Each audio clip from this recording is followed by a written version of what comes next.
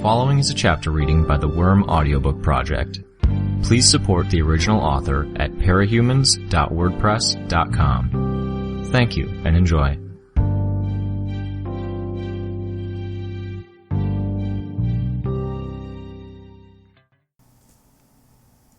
Arc 24, Chapter 2. If I had had any doubt it was Alexandria, it was banished when she followed up the attack. Behemoth started to rise to his feet, and Alexandria struck. It wasn't a punch with a great deal of wind-up, and she only crossed 50 or 60 feet before driving it home, but the impact was undeniable. Behemoth absorbed the blow, and redirected it into the ground. He didn't move, as though the blow had never struck home, but the ground around him shattered like the surface of a mirror. Fragments of rock and clouds of dust flew up around him, and a 3-story building on its last legs tumbled over, the damage to the ground making him sink a fraction.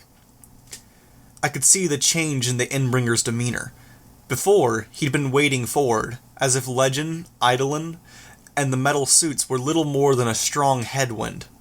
He was moving with purpose now, with an opponent that was veering in and out of easy reach, one he could hit without Legend's speed or Eidolon's personal shield. She had told me they knew how to fight each other, and I could see that at play here. Part of the change in Behemoth's approach might have been that interaction at play. It was a fight among 4 individuals who couldn't hope to do substantial damage to their opponents. The dragon suits and other capes were a peripheral thing. Alexandria circled, just beyond the perimeter of Behemoth's kill range, her teammates and their supporting cast bombarding him in the meantime. Them destroying the ground beneath his feet, trying to get him when his focus was elsewhere, and his ability to redirect the energies of a given attack was reduced. He couldn't keep her in mind at all times. She waited until he focused on a different combatant, heaving out lightning or creating flame to attack the ones in the air, and then she struck. 9 times he simply deflected the strike into the ground, as a rumble and a series of spiderwebbing cracks in the streets, or into the air as a shockwave.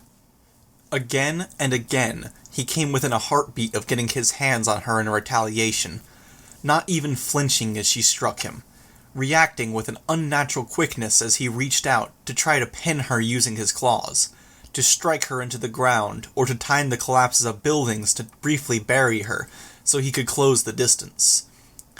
The times her strikes did get past his defenses, her tiny form in the distance with the black cape trailing behind her, lunging into his kill range to deliver a blow or a series of blows. Behemoth stumbled, caught briefly at the mercy of physics. In a fashion, she was doing the same thing the lightning rod had been, buying all of the rest of us a small reprieve. There was no guarantee, and there wouldn't be any unless he was driven off or we moved 100 miles away. But she was making the rest of this just a little easier, reducing the destruction just a fraction unless he specifically took the time to work around her. Was she being more cautious than she needed to be? I saw her pass up on a handful of opportunities I might have taken in her shoes. When his back was turned, his attention sufficiently occupied, was she aware of something that I wasn't? Was she a convincing fake? Or was she just a little more afraid after what my bugs had done to her? However effective the distractions, he was still Behemoth, still implacable, a living tank that could roll over any obstacle and virtually any individual, unleashing an endless barrage of artillery at range. He reached the lightning rod and shoved it to the ground. I was reminded of my teammates, descended to the ground, where they were still getting sorted. The chains that led from the dogs to the harness had tangled. "What the hell was that?" Tecton asked. "Alexandria," I said. "You murdered Alexandria," Regent commented. "Remember? You're a horrible person, doing things like that." "Leave her alone," Imp said, uncharacteristically. "She feels so bad she's seeing things." "Can we try to stay serious?" "Don't be too hard on them," Tecton said. "Some people use humor to deal with bad situations." "It's true," Regent said, affecting a knowing tone. "No," Gru responded. "They're just idiots. You two keep your mouths shut. The adults are talking." Imp raised her middle fingers at him. He turned to me. It's Alexandria? You're sure? Can you ever be sure of anything? Clones, alternate realities, healing abilities? There's any number of possibilities. In the distance, a glowing orange sphere flew through the sky. It reached a peak, then descended, crashing into the distant skyline. I reoriented myself and flew up to the edge of the roof to peek at the battle. Behemoth had melted down part of the metal arm, and fashioned the melted metal into a superheated lump. A second lump, cooler and not yet fabricated into an aerodynamic shape, was sitting beside him. Alexandria tried to strike it away, but he caught it with one claw. He superheated it, shielding it from Legend and Eidolon's fire with his body, then heaved it into the air. The projectile flared intensely as it left his kill range, following nearly the same path as before. Lasers from capes in the distance sliced the second sphere into shreds before it could strike its intended target. Gru tugged the chain. He looked at Rachel, who only nodded, and we were moving again. I returned to my recon position, scouting to ensure the way was clear, keeping an eye on the fight and ensuring that there weren't any attacks coming our way. Behemoth was glowing, his gray skin tending more towards white, a stark contrast to his obsidian horns and claws. The heroes were backing off a measure, and Behemoth was taking advantage of the situation to stampede forward, tearing past buildings and barricades. "Gru!" I shouted. The noise in the distance was getting worse. If Behemoth was continuing the path I'd seen him traveling, he was wading through a series of buildings. Gru didn't hear me. I raised my voice, waited until the noise had died down. "Radiation! Use darkness!" He did, and we were cloaked in it.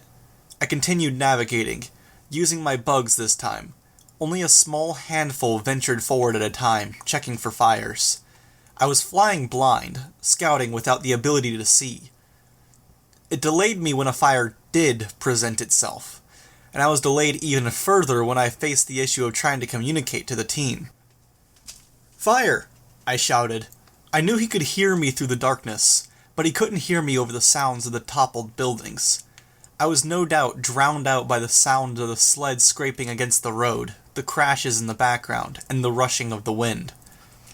I changed direction, aiming for the sleds, and flew forward, a little off target. Didn't want to knock someone off the sled. Made a slight adjustment with the anti-grav, and then landed on the front edge of the sled, between Gru and Rachel. Gru very nearly let go in his surprise, and I caught the back of his neck to keep him from falling off the sled. He left the darkness to either side of us intact and created a corridor. "Fire!" I said the instant I was able. "Just over that hill. Go left." He cleared more darkness, and we turned sharply enough that the sled swung out wide. I held onto the lip of the sled, but I let myself slide back, using the anti-grav pack to keep myself from falling to the road. The sudden movement had shifted the occupants. The design of the sled made it difficult for anyone to fall out, but they'd slumped against one side, and one man was hanging halfway out. With only one usable arm, he wasn't able to maintain a grip. The sled went over a series of bumps, and I reached him just in time to give him the support he needed. One hand and both feet on the lip of the sled, the other hand holding him. Once they were on course, I helped ease him down to a better position. He said something that I couldn't understand, his words breathless. I took off. A shockwave ripped past us, harsher, briefer and more intense than a strong wind. Not quite the organ-pulverizing impact it might be if Behemoth were closer, or if there were less buildings in the way. I ventured up to a rooftop where I might be able to see beyond the darkness. The shockwave had parted the clouds of smoke, but they began to close together once again. I could make out a form, maybe one of the Indian capes, swiftly growing, ethereal, translucent, his features vague. The light he emitted only barely cutting through the smoke cover. He slammed his hands into Behemoth's face and chest. Behemoth parted his hands, then swung them together. I didn't wait for them to make contact. I ducked behind cover before the shockwave could hit me directly. All around me, the smoke was dashed out of the sky by the impact's reach. With the front of my body hugging the building, I could feel not only the shockwave, but the vibrations that followed it, as the buildings fell and debris settled in new locations. He delivered shockwave after shockwave, and I was forced to abandon the cover of the building for something a little more distant. He wasn't irradiated anymore, or at least the glow wasn't there. He'd been buying himself a reprieve from the assault of the heroes, a chance to cover more ground. Now they had resumed the counteroffensive. The noises of the fight followed me as I got ahead of the Undersiders. Another obstacle. A crowd this time. I landed on the sled once more in order to stop. It took a second for the dogs to slow down enough. Locals stood in our way. Some had guns. They ranged the gamut from people a step above homelessness to businessmen. "Leader?" one asked, his voice badly accented. He was younger, very working class, which surprised me. I'd anticipated someone older and more respectable would be taking charge. "Me," I said, using a small boost from my flight pack to get ahead of the group. "Stealing?" he asked me, his voice hard. "No, injured." He gestured toward the sled, taking a half step forward. I nodded. I didn't like wasting time, but I was hoping he'd give the A-OK and the group would get out of our way. I watched as he studied the people lying in the sled. "We take," he said. "We have doctor, hiding place. You go fight. Help. Is your duty." I could sense a group approaching from Behemoth's general direction. 2 women in evening gowns, a girl in a frock, another girl in costume. No time to dwell on decisions. I asked the man, "You sure?" "Yes," he said. "Cuff, annex, kill the chains, leave the sleds behind. Wards, stay with me. Gru, I'll direct you guys to the ambassadors. Take the dogs. Leave us some darkness for cover so we're safe from any more radiation." I took only a few seconds to get organized. By the time the Undersiders had departed, we had a team of people pulling the sleds. "Message from Defiant," my armband declared. "Alexandria confirmed gone from PRT custody." "Fuck," I muttered. "Message from Defiant. Stay out of her way until we know more. Behemoth's approaching the first perimeter. I will keep you posted." "Tell him thank you." "It's a good thing," Grace said. "Maybe not in the long run, but for now." "For now it's an unknown factor," I said. "And there's one really big known factor that's tearing through the city, and we should be devoting all of our attention to it, to Behemoth." "We can focus on both," Tecton said. "That's how you get blindsided," I told him. I hauled on the chain, and the sled moved. Cuff seemed to be doing the lion's share of the work, standing between the sleds and ushering them forward. Though it seemed screwed up the directions the sleds were facing, making them veer left or right, it gave us enough momentum that we only needed to work on keeping it going. We reached a squat building with signs featuring unintelligible writing and cars. Some hurried forward and opening a garage door, and we kept the sleds on course to lead them inside. Their hiding place was an underground corridor, leading beneath it between 2 hoists for the cars. Annex had to reshape the sled to fit, and we found ourselves on a general downhill incline. People shifted position to the sides of the sled to keep it from getting away from us and running over the people in front. I saw the man who'd done the talking glance down at the wounded. His eyes caught the light in a way that reminded me of a dog, or a cat. Capes. At least some of these guys are capes, I thought.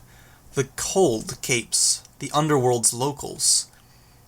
It was an ominous realization, as we descended, to know that we were outnumbered by parahumans I knew nothing about, with unknown motives. The armband's crackling was getting steadily worse. "Message from Gru. Rendezvous is fine.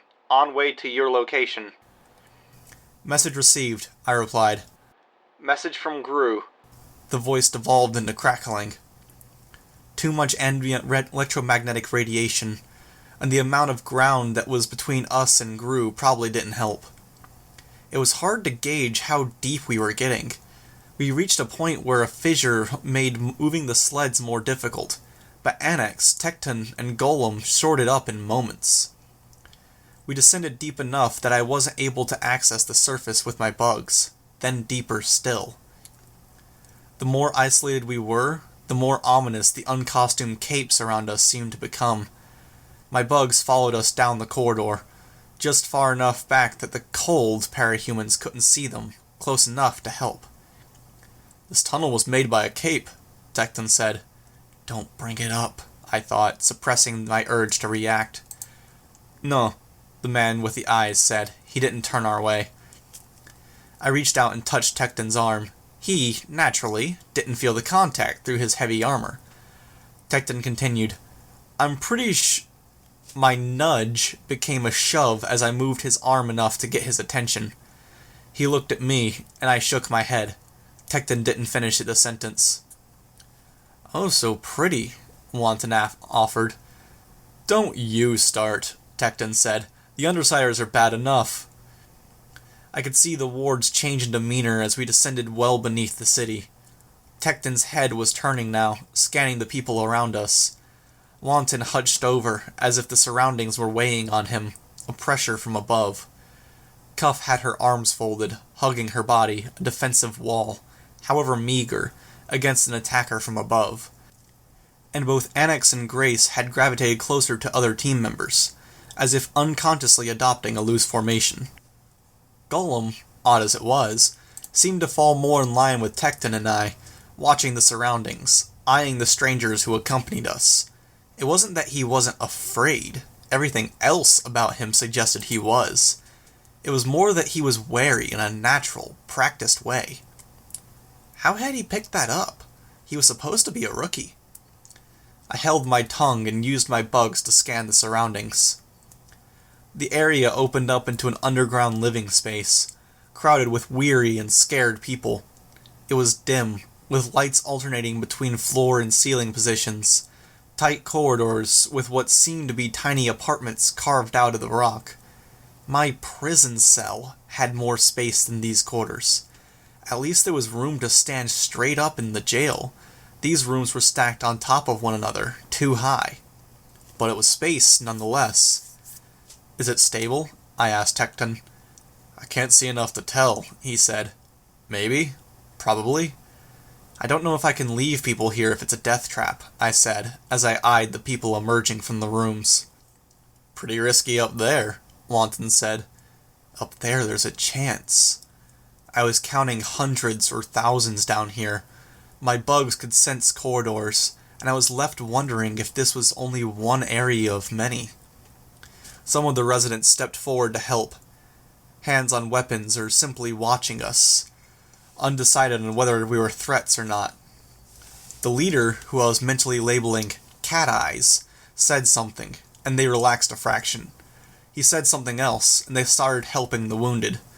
None used or displayed any overt powers. "Done," Cat Eyes said. "You go. Fight." Defiant had said we needed their assistance. "We need your help. You and any others with powers." He narrowed his eyes, except that wasn't the sum total of the change of his expression. His face hardened, drew tighter. High cheekbones somehow more prominent in the dim, lips pressed together. "No." "No? Not our duty. Yours. It's everyone's duty. We handle enemy you don't see. You costumes help enemies above ground. Scare Parathma away. Like it's that easy. We need your help. Everyone's help. No. We show ourselves and all ends badly. We fight subtle war. Better to lose today and fight subtle war tomorrow. Better to let Behemoth win than show themselves and lose whatever edge they hold against their current enemies. You see me. I am done. Finished. You see all of us. They are done. No. Maybe India had its own share of capes, on the same scale as the Slaughterhouse 9, clever capes who worked in the background. Or maybe they were just deluded, too set in their ways, afraid to fight and searching for excuses. "Go, defeat him," he told me. Gru was waiting. Or Gru was coming down here, maybe, with Rachel and the others. If they saw him, an intruder without invitation, would they act? "Okay," I said. We need a vehicle if, I trailed off as I mentally registered what my bugs were sensing. A rush of cool, air-conditioned air in a space that had no right to have any. Off to one side, the appearance of a person where there shouldn't be any. Weaver? I'd stopped talking, my attention caught by this visitor. She was close. All of the details matched the person I'd sensed inside the Kolshedra. The clothes, the hair, the dimensions, even the way she moved. Purposeful, unhurried. It's her, the one who took Pretender. Everyone, myself included, tensed as she approached. The foreign capes did it because she was an unknown variable. The wards and I did it because she was a known threat. She was older, but not old. Maybe my dad's age, maybe a little younger. Pretty, in a very natural way. She didn't wear any obvious makeup, and her black hair was somewhere between wavy and curly. A little longer than shoulder length. Her features French or Italian, if I had to guess. She wore only a simple black suit that had been tailored to fit her body, with a narrow black tie and a white dress shirt. What got me were the eyes. There was no kindness in them. She spoke, but she spoke in a foreign language, and it wasn't to me. Cat Eyes hesitated, then gave her a reply. "Who the hell are you?" I asked the woman. She glanced at me, and her gaze went right through me, as if I was barely there. She turned her attention back to Cat Eyes, said something else. His eyes widened. "You work for Cauldron," I said. "Maybe we shouldn't taunt the boogeyman," Wanton chimed in. "Boogeyman?" Cuff asked. "She's a hitman," I said. "Takes out anyone asking too many questions about Cauldron." Or she was. Apparently she's gone after a lot of powerful capes, walked away without a hitch. My bugs gathered. I could see the underground capes reacting, preparing for a fight. "No," Tecton said. "The truce." "I don't think she gives a damn about the truce," I answered. "Until she breaks it, we don't break it." I didn't take my eyes off her as I muttered, "Fun fact about life or death fights between capes, you start letting your enemies make the first move, your mortality rate triples." "I gave the go-ahead for you to be acting leader," Tecton said. "Cool, Lightning Rod was fantastic, but if we start a fight down here and shit goes down, my ass is on the line too. You're vetoing my order?" "You haven't given any order yet, and no, you fought her, I haven't. But I'm advising you here. Back off, she hasn't done anything aggressive." "She will," I said. "Maybe," he said. "It's your call." I didn't give an order, I watched instead. She was speaking to Cat Eyes in a low voice. He was nodding unconsciously as she spoke. Then she met my eyes. "Who the hell are you?" I asked. "Doesn't matter," she said. "Go, Weaver. Take your team. We have no business with you anymore." "Any more?" She only stared at me in response. Damn, being on the receiving end of that stare was like being opposite Alexandria or Faultline in a bad mood. I was starting to settle on the idea of her being a thinker. She looked at Cat Eyes. "It's time. Tell them not to be afraid, and this will go smoothly. Tell them to pass on the message so everyone hears." He nodded, then called something out in another language. Others took up the call. "Hold on," I said, raising my voice. They didn't listen. Why would they? I barely had any clout. The bugs around me were minor, all things considered. I brought them closer, so they were gathered at my feet. She didn't even flinch. One by one, portals appeared, rectangular doorways that were so bright they were painful to look at. The smell of flowers, fresh air, and nature flowed into the underground. Every pathway and every available surface soon had one. Nearly a dozen in my field of view alone. My bugs could sense 24 more in my range. "No!" I called out, once I realized what was happening. I thought of what the Eidolon clone had said, about them experimenting on people, kidnapping people from alternate worlds. "You can't trust her!" The people here were scared. Once the first few people tentatively made their way through, they ran for safety, running out into the open field, disappearing behind the tall wild grass. Cat Eyes turned to leave. I reached for him to grab his wrist before he could disappear. The woman in the suit deftly deflected my hand, batting it aside. "What the hell is Cauldron doing? Do you want to start a war?" She shook her head. "No more, but we need soldiers." That was all the confirmation I needed. "Wards!" I called out. My bugs and my wards converged on her. It mattered surprisingly little. She stepped away from me, which I took as an excuse to close the distance. If she wanted to get away, I'd get closer. I'd work to close the distance, using both the flight pack and my own 2 feet to draw in.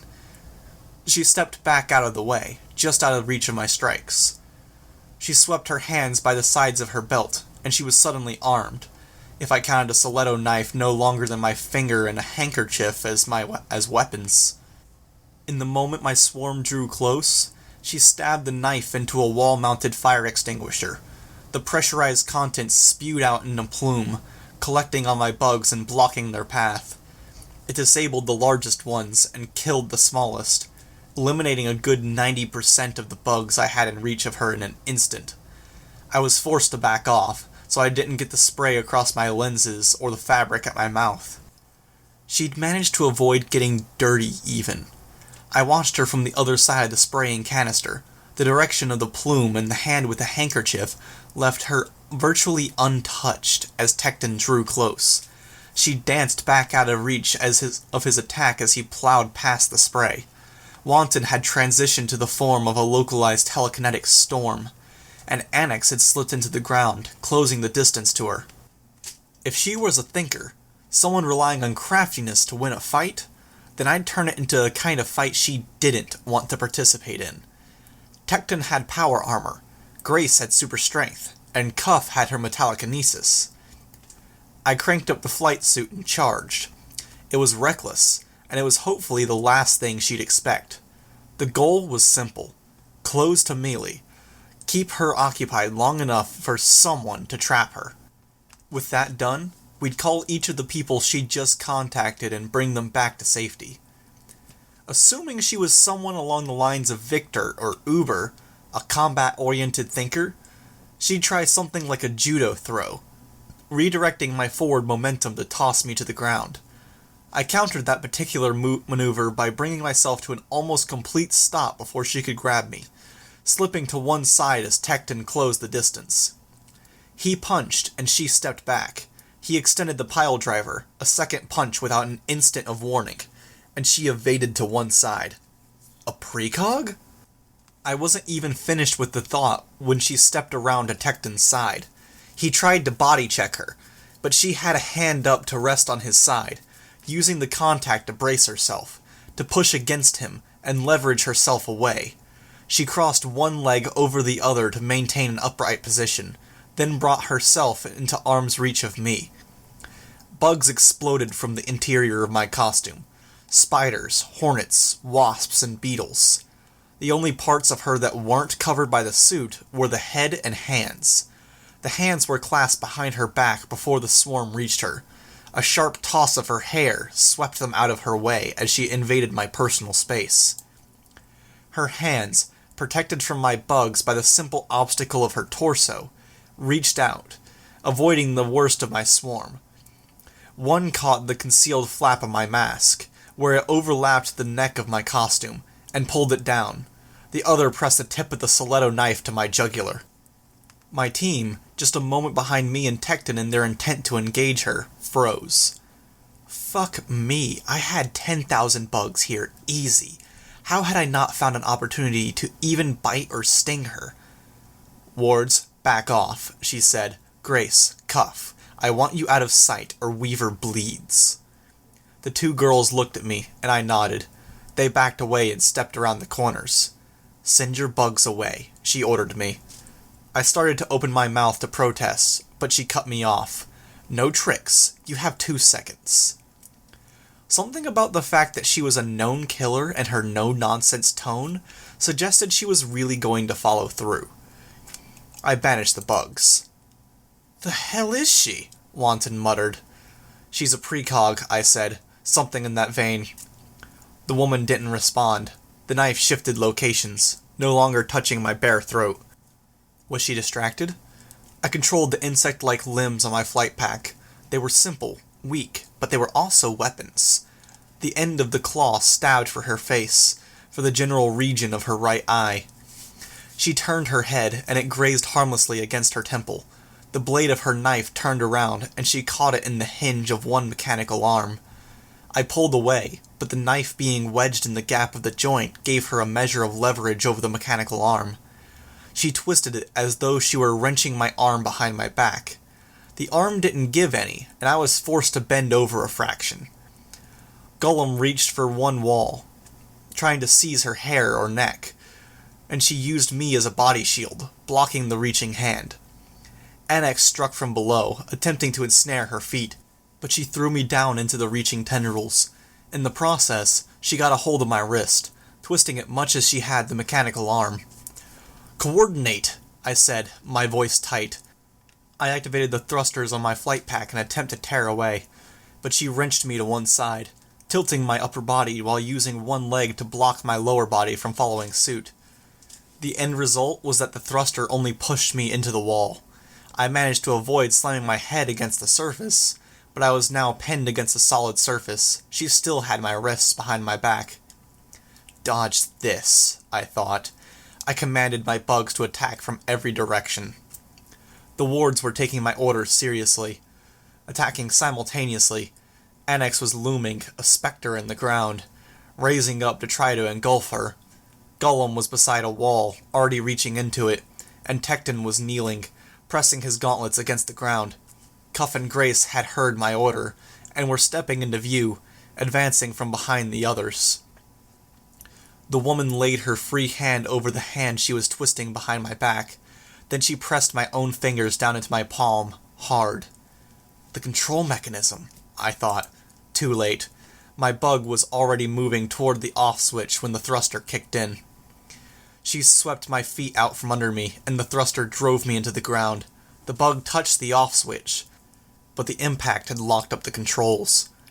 I hit Annex on my way down, buying the woman time to step back out of his reach. The bug managed to turn off the thruster, but I was already sliding across the floor, right through the lower half of Wanton's telekinetic storm body and straight into Tecton's gauntlets. The pile drivers fired into the ground a fraction of a second after I bumped the gloves. He'd likely aimed to place the effect directly beneath her, but my collision with the gloves had knocked his aim off by a fraction. It was directed into a wall, creating a crack 10 feet high. The crack, in turn, summarily severed Gollum's outstretched hand of granite. The woman pulled her suit jacket off and held it out, sweeping it through the air to catch the thickest collection of my swarm within. She folded it close, simultaneously breaking into stride, heading right for Wanton. Grace and Cuff were just behind him, with Tecton directly behind them, and Gollum and I off to one side. Annex was still pulling his spatial distortion body together into something more useful. "Stand down, wards," I called out before Wanton could make contact with her. I was still pulling myself up off the ground. The woman slowed her pace, coming to a stop. Wanton materialized a few feet in front of her, swiftly backing away. I dismissed the bugs that were closing in to attack. "This goes any further, she's going to stop going easy on us and she'll murder someone, maybe murder all of us," I said, not taking my eyes off her, because it's the only way she'd be able to stop the bugs from surrounding her. The only way to really stop Wanton once he closes the distance. She didn't speak. "What the hell are you?" I asked. "What's your power?" She gave me a look, up and down, then settled her eyes on mine. Throughout the entire fight, she'd looked unconcerned. She wasn't even breathing hard. Except for a fleck of foam from the extinguisher here and there on the bottom of her pants leg and at the very end of her shirt sleeve, she wasn't even particularly dirty. She spoke. "I win." "I gathered that much," I said. "What I mean is I can see the paths to victory. I can carry them out without fail." I felt my heart skip a beat at that. She'd volunteered an actual answer? "The fuck?" Grace asked. "She's lying," Wanton said. "That's ridiculous. It's not even close to fair." Powers aren't necessarily fair, I thought. It doesn't matter, the woman said. What matters is that there are other enemies you should be fighting. Enemies? Plural? I asked. We're approaching an endgame, the end of the world, the sundering of the Protectorate. Most of the major players know this. The truce has effectively dissolved in every respect but the official one. Those in positions of power are making plays. Now. Today. And Alexandria showing up, that's part of it? I asked. Someone's ploy? Yes. Cauldron's or someone else's? Yes, she said, a non-committal answer. And you're telling us this why? I asked. That should be obvious. Okay, I said. I wasn't sure it was that obvious. Just 2 questions then. Those people that you just took are gone, she said. Gone. And there wasn't a thing I could do to change that. I was almost certain I couldn't beat her. I couldn't utilize whatever it was that was managing the portals to get access to them. At most, I could survive long enough to report this to someone who could. Gone temporarily or gone permanently? Tecton asked. I don't expect anyone on this earth will see them again, barring an exceptional success on our end. You can't use your power to get those successes automatically, huh? I asked. She didn't venture an answer. Right. That wasn't my second question. What I want to know is why the hell you haven't used a power like yours to figure out how to beat the Endbringers. My power is a form of precognition, she said. Unlike most such powers, other precognitive abilities do not confuse it. That said, there are certain individuals it does not work against, the Endbringers included. Why? Tecton asked. No way to know for sure, she said, but we have theories. The first is that they have a built-in immunity, something their origins granted them. And the other theories? Gollum ventured. What's the next one? The woman didn't respond. I suspected I knew what the answer was, but declined to speak of it. I knew it would do more harm than good. So you're blind here. Useless, Grace said, a touch bitter. The woman shook her head. No, I can consider a hypothetical scenario, and my power will provide the actions needed to resolve it. And we're doing just that, she said. Doorway, please. She wasn't speaking to us. Another gate opened behind her, and it wasn't to the sunny field with the tall grass. There was only a hallway with white walls and white floors. A cool rush of air-conditioned air touching our faces. Doing just what, exactly? Tecton called after her. She turned back to us, but she didn't respond. The portal closed, top to bottom. Vehicles, I said, the instant she was gone. I can sense some of them at the end of the path. It's the fastest way back up that ramp. Go. Go!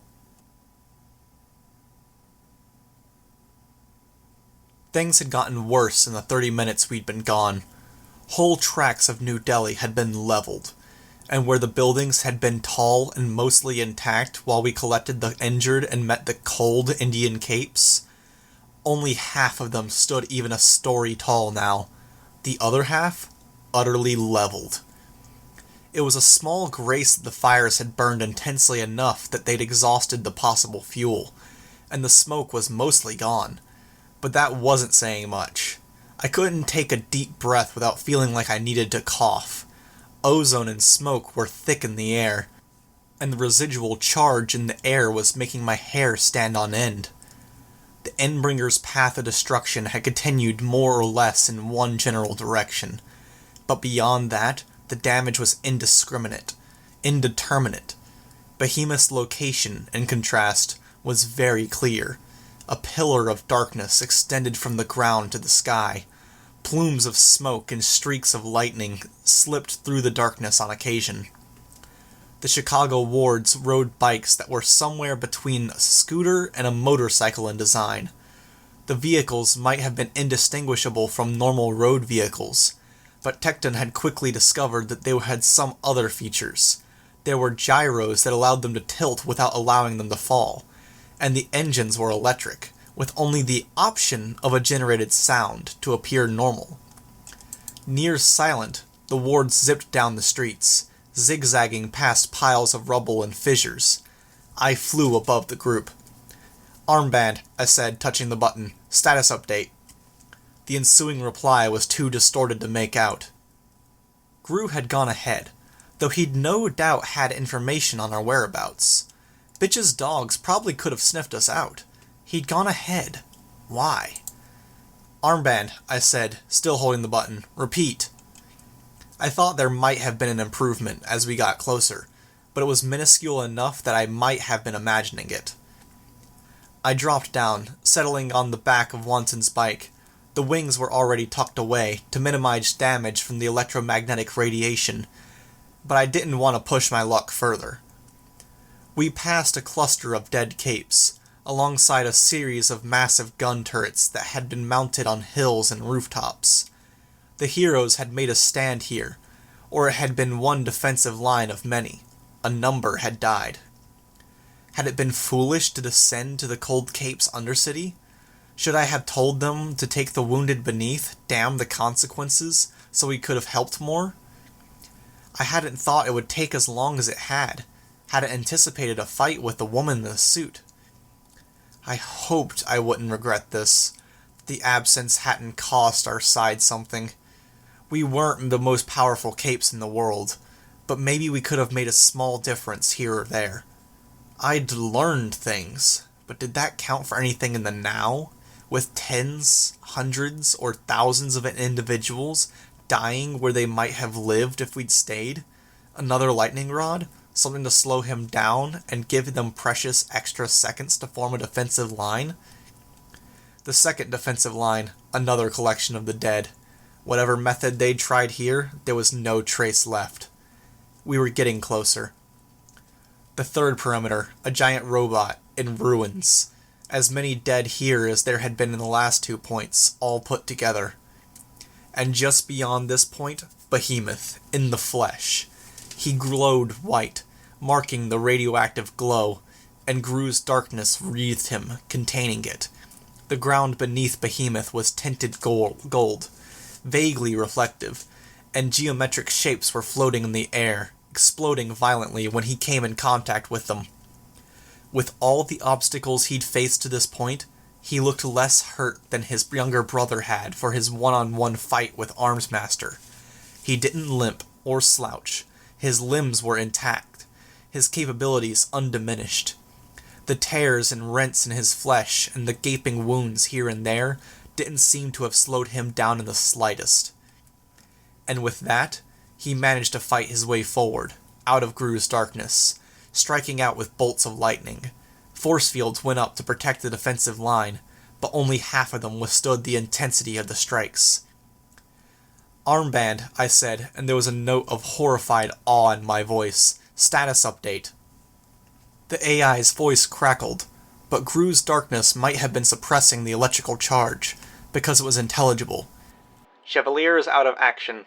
Rhyme is present commanding Cape for field duty. Legend is out of commission. Capes are to assist defensive lines and fall back when call is given. Earliest possible Scion intervention is 22.8 minutes from present time. Estimated Scion intervention is 65 minutes from present time, plus or minus 18 minutes. I clenched my jaw. I'd committed to doing something, but I had no idea what that could be. I felt a sick feeling in my gut. "Armband, status of Tattletale." "Out of commission." By all rights, I should have reacted, cried out, declared something. I only felt numb. This was falling apart too quickly. "Status of the other Undersiders?" "2 injured, Parian and Gru." Which would be why Gru wasn't replenishing his darkness. I closed my eyes for a second, trying to find my center, feeling so numb I wasn't sure it was possible. Citrine's effect seemed to be maximizing the effects of Alexandria's attacks, because Behemoth wasn't able to channel them into the ground. He swung his head in my general direction, and I could see the steel of Fichette's arrows in the ball of his eye, clustered. Holes marked the point where the bolts had simply penetrated. Other capes had managed varying degrees of damage. The Yangban had formed a defensive squadron, using lasers to cut deep into Behemoth's wounds, and other capes clustered close to them, adding to the focused assault. and yet he advanced, inevitable. A blast of flame caught the defending capes off guard. Their force fields and walls of stone blocked the flame from reaching the capes, but did nothing to stop it from spreading as it set fire to nearby buildings, grass and the stumps of trees that had been freshly cut, if the sawdust was any indication.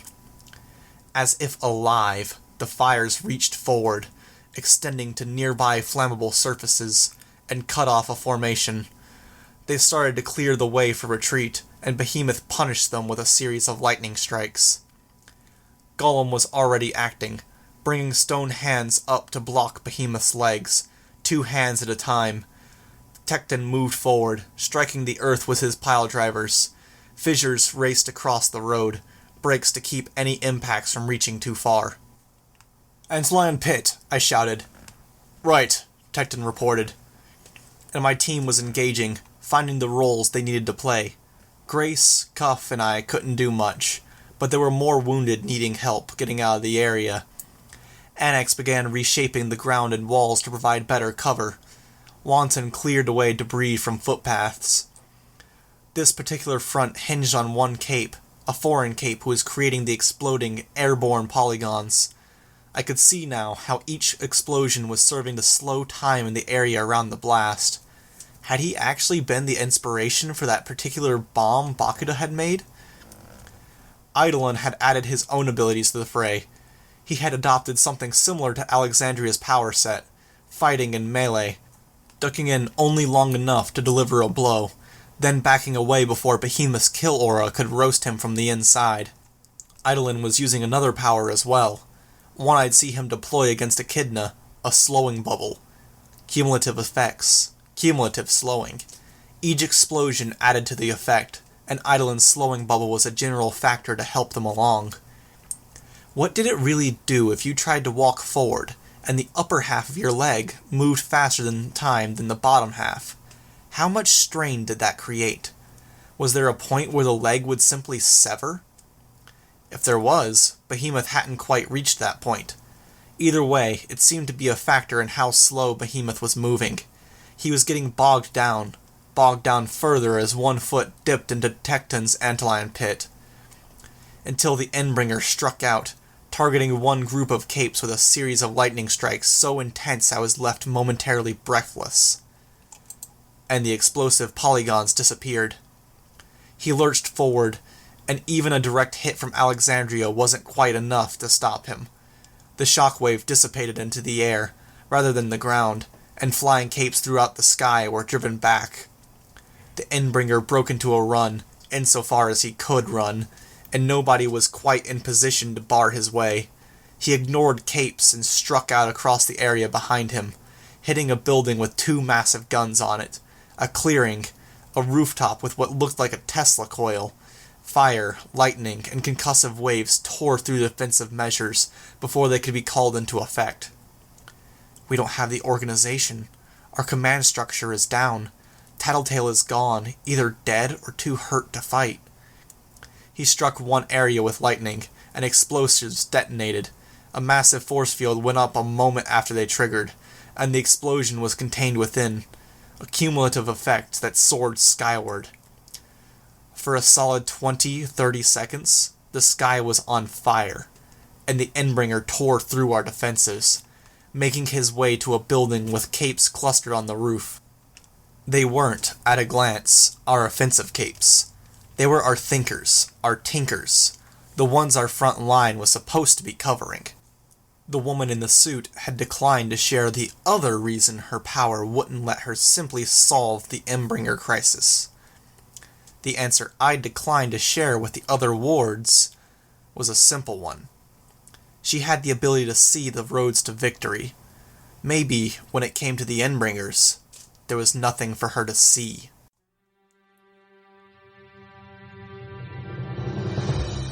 Hi, this is Ranku. You just finished listening to a chapter from Arc 24, Crushed, from the web serial Worm by J.C. McCrae. This production is brought to you by the Worm Audiobook Project. If you'd like to know more about us, or to volunteer your own services, please check us out at audioworm.rein-online.org. You can download or listen to every chapter directly from our site, or you can find us on iTunes or any podcast app under Worm Audiobook. Thank you for listening.